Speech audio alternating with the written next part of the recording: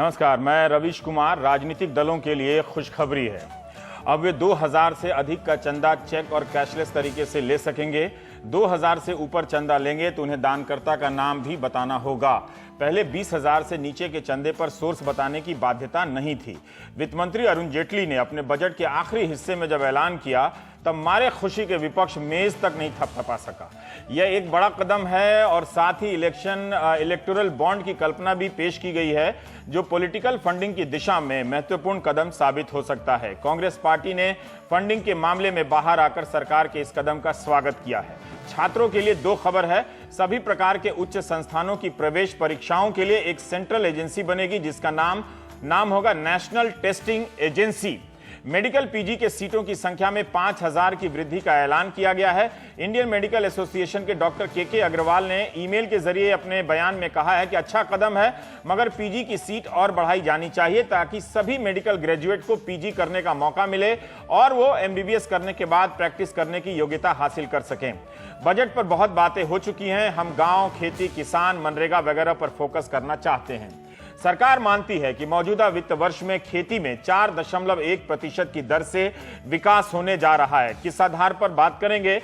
सरकार किसानों की आमदनी डबल करना चाहती है। अभी कितनी आमदनी है और कितने से डबल हो जाएगी इसका हिसाब नहीं, लेकिन डबल करना चाहती है। दूसरे बजट में उसने ऐसा कहा है। इसके लिए वित्त मंत्री ने 2017-18 के लिए 10 लाख करोड़ के कर्ज का प्रावधान कर दिया है। छोटे और सीमांत किसानों को कोऑपरेटिव बैंक से जोड़ने के लिए कदम उठाए जाएंगे। प्राइमरी एग्रीकल्चर क्रेडिट सोसाइटी के जरिए अभी तक इन्हें कर्ज मिलता था, अब इन क्रेडिट सोसाइटी को कोऑपरेटिव बैंक से जोड़ा जाएगा। इसके लिए नाबार्ड 3 साल के दौरान 1900 करोड़ रुपया खर्च करेगा कंप्यूटराइजेशन वगैरह पर। फसल बीमा योजना के बारे में बताया गया है कि 2015 में खरीफ फसल के लिए, खरीफ क्या हुआ, धान वगैरह, रबी क्या, गेहूं, किसानों ने 69,000 करोड़ का फसल बीमा कराया, जो 2016 में बढ़कर 1,41,625 करोड़ हो गया, जितना मैंने समझा।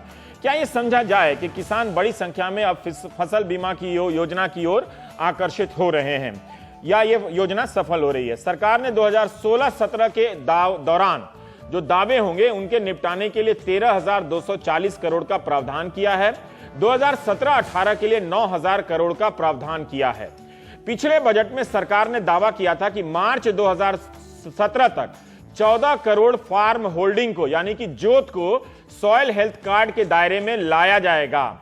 इतने कार्ड दे दिए जाएंगे। नए बजट में सरकार ने नहीं बताया कि 14 करोड़ जोत को सॉइल हेल्थ कार्ड के तहत लाने का लक्ष्य कितना पूरा हुआ है, मगर कृषि विज्ञान केंद्र और उसके बाहर कुल 200 मिट्टी की जांच के लिए नए लैब बनाए जाएंगे। कृषि मंत्रालय की वेबसाइट के अनुसार 5 करोड़ 5 लाख के करीब सॉइल हेल्थ कार्ड बनाए गए हैं। अभी हमने जो डाउनलोड किया, इनमें से कोई 4 करोड़ से ज्यादा डिस्पैच कर दिए गए हैं। 2.5 करोड़ से अधिक सैंपल जांच हुए हैं। क्या मार्च 2017 तक यह लक्ष्य पूरा हो पाएगा? 14 करोड़ जोत को सॉइल हेल्थ कार्ड उपलब्ध करा देना।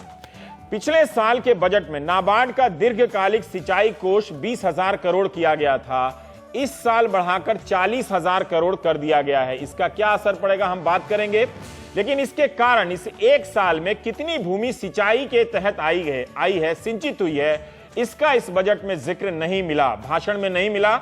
मगर पिछले बजट में कहा गया था कि प्रधानमंत्री कृषि सिंचाई योजना को मिशन मोड में, यानी अभियान की तरह लागू करते हुए 28.5 लाख हेक्टेयर जमीन सिंचित की जाएगी, सिंचाई के तहत लाई जाएगी। तो उस मिशन का क्या नतीजा एक साल में निकला, इसका आंकड़ा दिया जा सकता था। पिछले बजट में कहा गया कि सिंचाई की 89 लंबित योजनाओं में से मार्च 2017 तक 23 योजनाओं को पूरा कर लिया जाएगा। बजट से इस बार के हमें नहीं पता चलता कि कितनी योजनाएं पूरी कर ली गई। वित्त मंत्री के भाषण में प्रधानमंत्री के इस मिशन की कोई झलक नहीं मिली।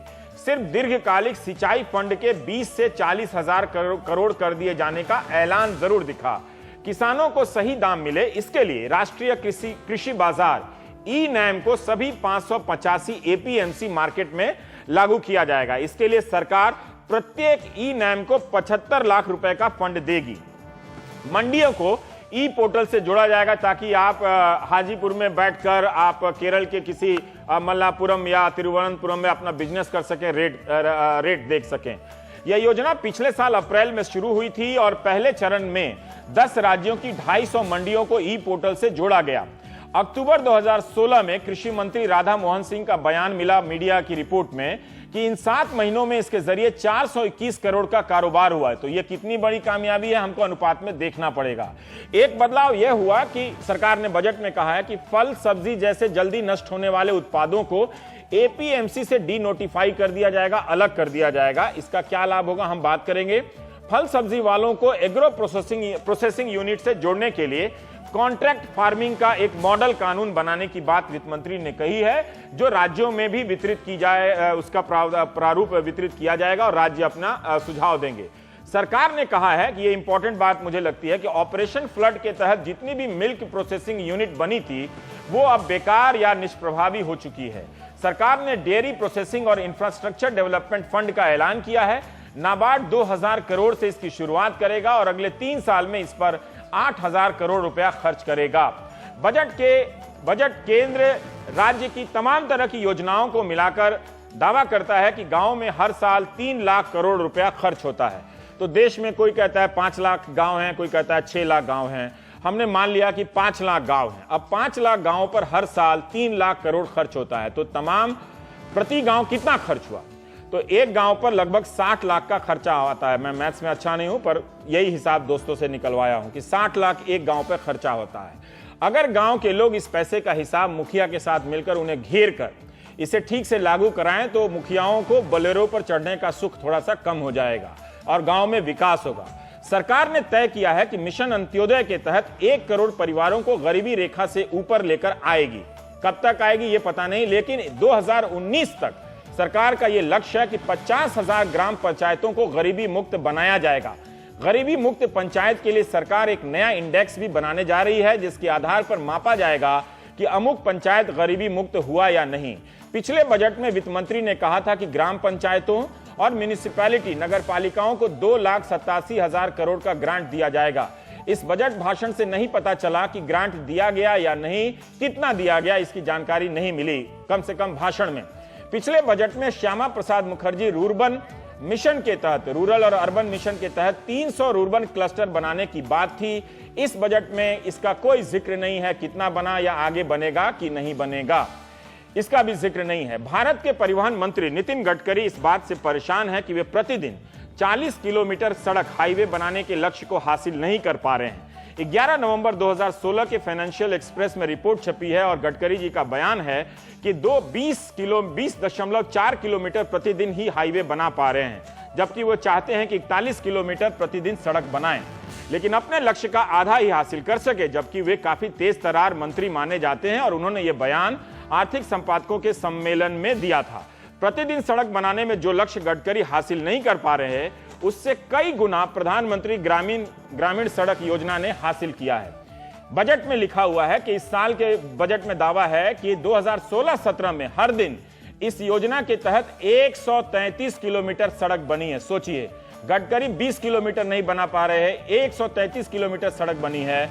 बजट में यह भी कहा गया कि 2011 से 14 के दौरान प्रतिदिन औसत 73 किलोमीटर सड़क बनती थी, लेकिन अब 133 किलोमीटर ग्रामीण क्षेत्रों में सड़कें बन रही हैं।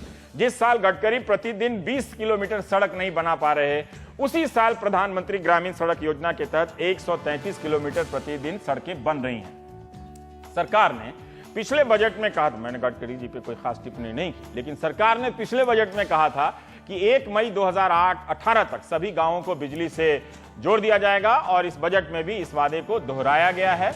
कई राज्य हैं जो 100% पूरी तरह से बिजली से जुड़ चुके हैं 2014 के पहले ही। आर्सेनिक प्रभावित 28,000 गांव मानव बस्तियों को अगले 4 साल में पाइप के जरिए पानी की आपूर्ति की जाएगी। ये एक अच्छा कदम है और जरूरी। गांव में शौचालय का कवरेज जो है, सैनिटेशन कवरेज 40%, मतलब पूरे भारत में से बढ़कर 60% हो गया है और इसे बड़ी कामयाबी के रूप में सरकार ने पेश किया है। बजट में कहा गया है कि प्रधानमंत्री रोजगार सृजन कार्यक्रम का बजट 3 गुना कर दिया गया है, लेकिन कितना किया गया है ये स्पष्ट नहीं है, पर एक पंक्ति है, उसका क्या रिकॉर्ड है इसका भी कुछ उल्लेख नहीं मिलता है बजट में। मनरेगा का बजट 38,000 करोड़ से बढ़ाकर 48,000 करोड़ कर दिया गया है, लेकिन अरुणा रॉय और निखिल डे ने प्रेस रिलीज भेजा है कि 47,000 करोड़, और वित्त मंत्री ने भी कहा है कि पिछले साल 47,000 करोड़ खर्च हुआ है मनरेगा के तहत, तो उस अनुपात से बहुत मामूली वृद्धि हुई है मनरेगा में। तो इसलिए इस वृद्धि को बढ़ा चढ़ाकर नहीं कहा जाए, लेकिन वित्त मंत्री ने कहा कि 48,000 करोड़ कांग्रेस के राज में भी, यूपीए के राज में भी नहीं बढ़ा था। क्या इन घोषणाओं से हमारा ग्रामीण भारत बेहतर ढांचा प्राप्त करता है? दो बजट है प्रधानमंत्री नरेंद्र मोदी और वित्त मंत्री अरुण जेटली का, जो लगातार भाषण की शुरुआत खेती में और खेती के सेक्टर में होने वाले बुनियादी सुविधाओं से होती है एक तरह से। तो हमारे साथ सोमपाल जी हैं, पूर्व कृषि मंत्री हैं, और देवेंद्र शर्मा हैं, कृषि एक्सपर्ट हैं, फोन लाइन से हमारे साथ जुड़ जाएंगे, अभी स्काइप से जुड़ जाएं तो बहुत अच्छा है। पर सोमपाल जी, संक्षेप में बता सकते हैं जो मैंने कहा है, क्या आपको लगता है कि हम इन योजनाओं के जरिए कृषि क्षेत्र में काफी कुछ प्रगति देख रहे हैं? अब एक साल का फोकस हो गया, एक और साल का फोकस है सरकार का इस सेक्टर में। देखिए, मेरी दृष्टि से तो होना ये चाहिए कि जो इकाई है ग्रामीण, उसका जो मुख्य आधार है वो खेती है। जितनी भी क्रय शक्ति वहाँ निर्मित होती है, उत्पादित होती है, वो खेती के उत्पादन से जुड़ी हुई है, चाहे वहाँ की मजदूर की मजदूरी हो, हाँ, जी। चाहे किसान की आमदनी हो, और चाहे उन गांवों के आसपास रहने वाले व्यापारी हों। ये ठीक है कि आधारभूत अवसंरचना जिसमें सड़क का बहुत महत्व है वह महत्वपूर्ण है, परंतु किसान के लिए सबसे अधिक महत्वपूर्ण है सिंचाई की बात, क्योंकि आप जानते हैं 5वीं पंचवर्षीय योजना के अंत से लेकर अब तक पिछले 50 वर्षों में एक ही आंकड़ा बार बार हमारे सामने आता है कि 60% खेती का क्षेत्र बिना सिंचाई के है, वर्षा के ऊपर आधारित है, और वहां उत्पादकता 1.2 या 1 टन प्रति हेक्टेयर पर टिकी हुई है, जबकि सिंचित क्षेत्रों में हम 4 टन तक पहुंच अभी चुके हैं। का बात करें कि 20,000 करोड़ का पिछले साल का फंड था। सर, अभी का बात करते हैं कि 20,000 करोड़ पिछले साल का फंड था। इस साल उन्होंने लॉन्ग टर्म इरिगेशन के लिए 40,000 करोड़ का फंड किया है। हालांकि पिछले साल उन्होंने कहा था कि 28 लाख हेक्टेयर भूमि को हम सिंचित करेंगे। इस साल उन्होंने इसका रिकॉर्ड नहीं बताया। ये मेरी बात सुनिए आप, ये धोखाधड़ी है, ये बजट में नहीं है। दो चीजें उन्होंने बहुत मोटी कही हैं जिसको बहुत जोर से उठाया जा रहा है, जिसको अंग्रेजी में कहते हैं, उसका बहुत शोर मचाया जाता है, हाइप की जाती है कि सिंचाई के लिए हमने इतना दिया और किसान को ऋण के लिए इतना दिया। इन दोनों मदों को का बजट से कोई लेना देना नहीं है। ऋण जो मिलता है वो बैंकों के माध्यम से मिलता है, बजट में आपने क्या आवंटन किया इसका ब्यौरा नहीं है। और सिंचाई के लिए जो दिया है वो AIBP के माध्यम से दिया है। वो जो नेबार्ड बैंक है वो राज्यों को उधार देता है, उसमें केंद्र का कोई योगदान नहीं है। तो इनको बजट में क्यों दिखाया जाता है? मुझे तो आश्चर्य होता है कि सारे अर्थशास्त्री और जितने आप मीडिया के लोग हैं इस बात को चुनौती क्यों नहीं देते कि उसका बजट से कोई ताल्लुक नहीं है। ये तो बजट की बाहर की बात है। राइट, ठीक है। देवेंद्र शर्मा जी हैं। तो ये आवंटन बजट में नहीं है, आप इसको देख लीजिए, वो तो नेबार्ड बैंक लोन देगा उसका। ठीक है। पर देवेंद्र शर्मा जी, इसी बात पर मैं अभी जो सोमपाल जी कह रहे थे, क्या आप इससे इत्तेफाक रखते हैं कि 10 लाख करोड़ कर्जे के लिए प्रावधान किया है सरकार ने, आमदनी को डबल करने की बात दोहराई है, और सिंचाई का जो फंड है वो 20,000 से 40,000 करोड़ किया है। हालांकि पिछले साल बात हुई थी कि हम मिशन मोड में जमीन को सिंचित करेंगे करीब 28 लाख हेक्टेयर, तो उस मिशन का कुछ तो रिजल्ट बताना चाहिए कि इस साल जैसे बाकी चीजों में बताया गया है। आपकी इस पहलू पर क्या टिप्पणी है 10 लाख करोड़ क्रेडिट उपलब्धता के पर? देखिए, हालांकि मैं सोमपाल जी को सुन नहीं पा रहा हूँ तकनीकी कारणों से, लेकिन मैं आपको ये बताना चाहता हूँ कि दो चीजें हैं। एक तो आपने कहा 10 लाख करोड़ रुपए को इस तरीके का जो कर्जा दिया जाए, किसानों को क्रेडिट अवेलेबल किया जाएगा, वो इस तरीके से प्रोजेक्ट किया जा रहा है कि जैसे किसानों के सारे प्रॉब्लम जो है उसमें सॉल्व हो जाएंगे। पिछले साल 9 लाख करोड़ रुपए था, इस साल 10 लाख करोड़ रुपए हो गया। ये तकरीबन अगर देखें पिछली एवरेज तो हर साल 1 लाख करोड़ रुपए बढ़ता है। लेकिन जो देश को जानने की जरूरत है वो ये है कि इसमें से तकरीबन 80% जो लोन होता है, क्रेडिट होता है, वो एक्चुअली एग्री बिजनेस कंपनियों को जाता है। और वो एग्री बिजनेस कंपनियां भी 4%, जैसे क्योंकि इसमें इंटरेस्ट सबवेंशन होता है तो 4% पर उनको भी मिलता है। इसलिए आप देखते हैं कि दिल्ली में जो खेती के नाम पर कर्जा मिलता है, क्रेडिट मिलता है, वो पंजाब और हरियाणा या राजस्थान से ज्यादा होता है। और इस तरीके से अगर हम देखें तो जो पटना में मिलता है वो झारखंड और बिहार से ज्यादा होता है। तो क्योंकि कंपनियों के हेडक्वार्टर वहां पर हैं, वो इसको एक्सप्लॉइट करते हैं। और मुझे समझ नहीं आता कि क्यों सरकारें जो हैं ये देश को बताना नहीं चाहती कि एक्चुअली में कितना किसानों को दिया जा रहा है और एग्री बिजनेस कंपनियों को कितना दिया जा रहा है। एक तो बात ये है। दूसरी बात ये है कि ये बड़ा इंटरेस्टिंग हो गया है कि पिछले साल बजट में मुझे याद है अपने फाइनेंस मिनिस्टर ने कहा था कि हम किसान की इनकम को अगले 5 साल में डबल करेंगे, लेकिन कोई रोड मैप नहीं था। अब जानते हैं हम कि डिमोनेटाइजेशन, नोटबंदी के कारण उनकी इनकम बल्कि 50% और गिर गई है। और अब भी हमारे वित्त मंत्री ने कह दिया है कि हम 5 साल में इनकम डबल करेंगे, फिर कहीं रोड मैप नहीं है। लेकिन ये मुझे लगता है कि ये बार बार कह के शायद देश को एक विश्वास हो जाता है कि वाकई ही किसान की इनकम बढ़ाई जा रही है, जबकि ना पिछले साल ना इस साल कोई ऐसा डायरेक्ट कोई स्टेप लिया गया हो जिससे किसान की इनकम बढ़ती हो। और ये फिर हम क्यों कह रहे हैं, मैंने पिछले साल भी कहा था और अब भी कहता आया हूं कि भाई पिछले इकोनॉमिक सर्वे में यानी 2016 के इकोनॉमिक सर्वे में ये साफ कहा गया है रवीश जी कि एवरेज, जो आपने सवाल भी अभी पूछा था कि एवरेज औसतन जो किसान की इनकम है 17 राज्यों में, किसान परिवार की बल्कि 17 राज्यों में, वो मात्र 20,000 रुपए साल की है। अब अगर इसको डबल करने की बात हो रही है तब भी कहीं दिखाई तो दे, लेकिन यहाँ तो कुछ नजर नहीं आ रहा कि भी इसको भी डबल किया जाएगा। ये हम मान के चल रहे हैं 5 साल में तो वैसे ही डबल हो जाएगी जब इन्फ्लेशन का रेट अब एडजस्ट। देवेंद्र जी, मैं ज्यादा समय का इस्तेमाल करना चाहता हूं। अब मैं आना चाहता हूं आपसे और सतपाल जी से, सोमपाल जी से जानना चाहता हूं कि ये जो कहा गया है फसल बीमा योजना का बजट बढ़ाया गया है और इस रिकॉर्ड से पता चलता है बजट में कि 2015 में धान वगैरह में लोगों ने 69,000 करोड़ का बीमा कराया, फिर 2016 में 1,41,000 करोड़ का बीमा कराया होगा और सरकार ने 2017-18 के लिए 9,000 करोड़ का प्रावधान किया है। इसको हम किस तरह से देखें किसानों के हित में?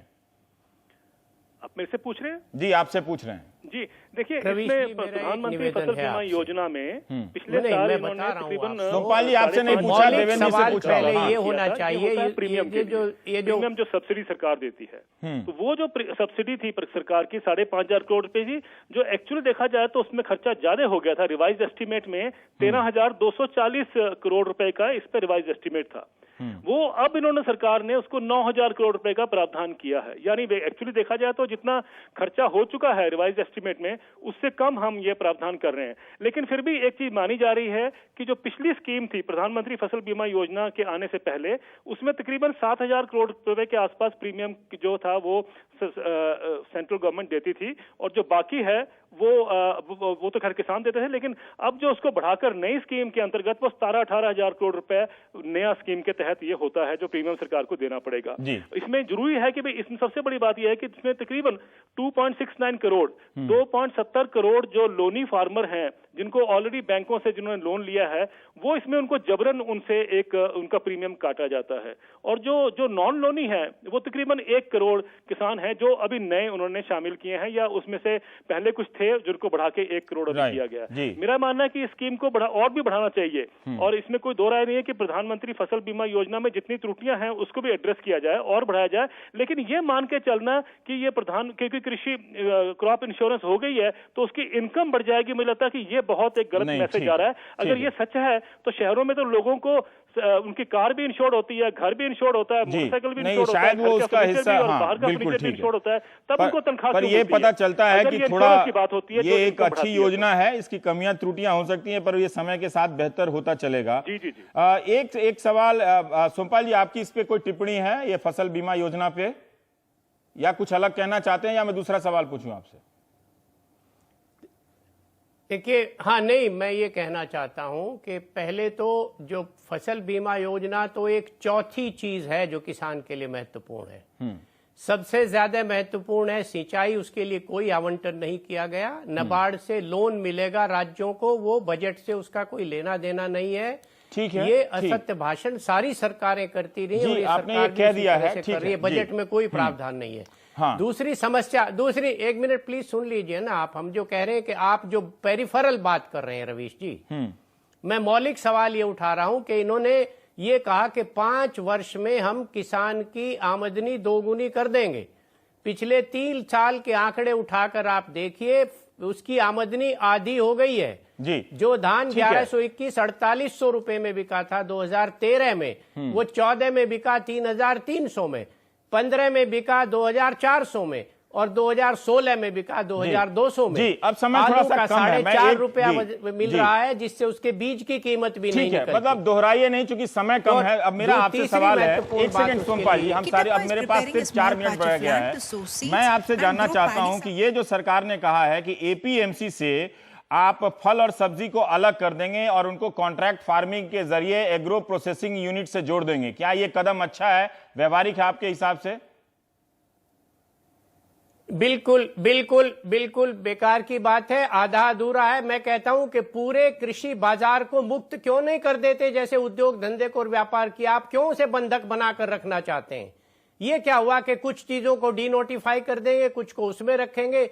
जो व्यापारी जमाखोरी करता था, मुनाफाखोरी करता था, शोषण करता था किसान का, आज वही सरकार का लाइसेंस लेकर उन मंडी में बैठकर करता है। उस व्यवस्था को दुरुस्त क्यों नहीं करते आप? ठीक है देवेंद्र जी, इस पर आपकी कोई राय हमारे है? कॉन्स्टिट्यूशन में मार्केट जो प्रावधान है उस कि पर जो और इस ट्रेडिंग पे है वो फ्री APMC होना जी। चाहिए। देखिए, मेरा ये मानना है इसमें कि एपीएमसी में कमियां बहुत हैं, बहुत त्रुटियां हैं, उसको ठीक करना चाहिए, जिसमें इलेक्ट्रॉनिक तरीका भी एक हो सकता है ठीक करने का। लेकिन सबसे बड़ी बात यह है कि अगर आप इसको हटा देते हैं, जो कि पूरी देश में कोशिश हो रही है कि एपीएमसी को हटा दिया जाए, मिनिमम सपोर्ट प्राइस को हटाने की बात हो रही है, मुझे लगता है कि एग्रीकल्चर कोलैप्स करता है जितना बचाव रह जाएगा। क्यों मैं इसलिए कह रहा हूं कि पंजाब में एपीएमसी मंडियों का जाल है, लेकिन पंजाब में किसान को अगर गेहूं का दाम 1500 रुपए है तो 1500 रुपए मिलता है। लेकिन अगर आप बिहार में जाएं 2007 से वहां पर कोई एपीएमसी नहीं है, और वहां पर अगर ये एपीएमसी नहीं होने से फायदा होता है, जो बिचौलिया नहीं होने से फायदा होता है, या सिस्टम इन्होंने कुछ बनाया हो, या मार्केट इकोनॉमी ने कुछ किया हो, तो बिहार का किसान जो है उसको ज्यादा से ज्यादा 1000 रुपए प्रति क्विंटल मिलता है। अगर हम एपीएमसी भी हटा देंगे पंजाब से, जैसा कि मैं उदाहरण दे रहा हूं, तो इसका मतलब कि पंजाब का किसान भी बिहार का किसान बन जाएगा। होना यह चाहिए कि हमें किसान मंडियों को और रेगुलेट किया जाए और स्ट्रेंथन किया जाए। आज देश में 7000 मंडियां हैं, जबकि हमारे को 42,000 मंडियां चाहिए। ये सड़कें बनाने से अच्छा है कि हम इन्वेस्टमेंट यहां भी करें और उस सिस्टम को ठीक करें, ताकि एक किसान को एक अश्योर्ड दाम जो है वो मिल पाए। ये मुझे लगता है कि सबसे इंपॉर्टेंट है एपीएमसी को हटाने की बजाय से। और ये तो कह रहे हैं कि हम सब्जियां हटा देते, सब्जियां और फल, ये तो देखिए दिल्ली की जो एपीएमसी मंडियां हैं तीनों, उसे हटा दिया गया था, 3 साल हो गए हैं। तो क्या हुआ उसमें? ना तो किसानों को फायदा हुआ और ना ही मंडी में कोई कमी आई है। वही उतनी ही आवक सब्जियों की आती है, किसान उस पर विश्वास करता है, क्योंकि एक जगह तो है जहां लाके बेच सकता है। अब रेडी पे किसान जाके नहीं बेच सकता, ये हमें गलत धारणा है कि डायरेक्ट। देवेंद्र जी और सोमपाल जी, हम और चर्चा नहीं कर पाएंगे क्योंकि जस्ट ये कॉर्पोरेट चाहते हैं कि तोड़ दिया जाए इसको, क्योंकि कॉर्पोरेट एग्रीकल्चर लाने की बात हो रही है। ये जो कॉन्ट्रैक्ट फार्मिंग है, ये बहुत, मुझे लगता है कि इस पे चिंता होनी चाहिए कि ये देश का रास्ता नहीं है। हरित क्रांति से हटकर हम कहीं कॉर्पोरेट फार्मिंग में जा रहे हैं, वो देश का रास्ता। हम अलग से इन सवालों पर चर्चा करेंगे, अभी समय थोड़ा सा कम है और भी पहलुओं को छूना है।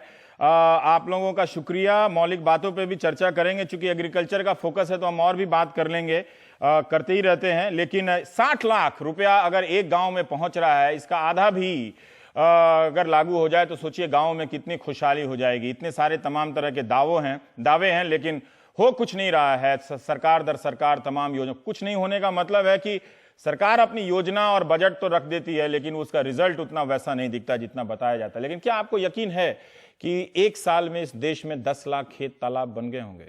ये बजट में है और इसकी बात कोई नहीं कर रहा है। छोटे से ब्रेक के बाद हम करेंगे।